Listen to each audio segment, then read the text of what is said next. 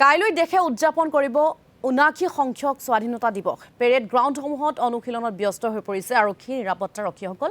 সমগ্ৰ দেশৰ লগতে অসমতো আয়োজন কৰা হৈছে স্বাধীনতা দিৱসৰ। ৰাজ্যৰ ঠায়ে ঠায়ে স্বাধীনতা দিৱসৰ বাবে ব্যাপক সতৰ্কতামূলক ব্যৱস্থা গ্ৰহণ কৰা হৈছে। খানাপাৰা পশু চিকিৎসা মহাবিদ্যালয় খেলপথাৰত স্বাধীনতা দিৱসৰ কাৰ্যসূচীৰ বাবে কটকটীয়া নিৰাপত্তা ব্যৱস্থা গঢ়ি তোলা হৈছে।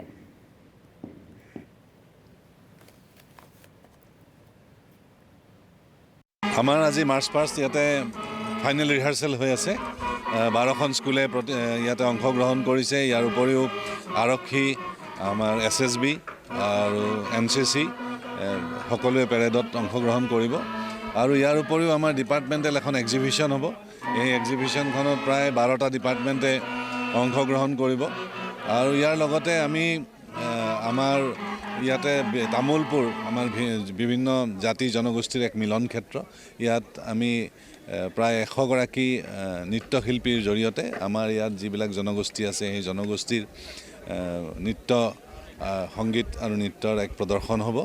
আৰু ইয়াৰ উপৰিও বিভিন্ন কাৰ্যসূচী থাকিব, খেলা ধূলা। আৰু অহাকালি আমাৰ স্বাধীনতা দিৱসৰ প্ৰাক মুহূৰ্তত আমি আমাৰ অসমৰ সুসন্তান আমাৰ সুনীতা ভূঞা বাইদেউক আমি ইয়ালৈকে নিমন্ত্ৰণ জনাইছোঁ।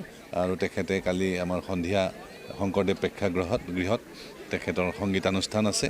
আৰু তাত আমি সমূহ ৰাইজকে এই অনুষ্ঠানলৈকে নিমন্ত্ৰণ জনাইছোঁ।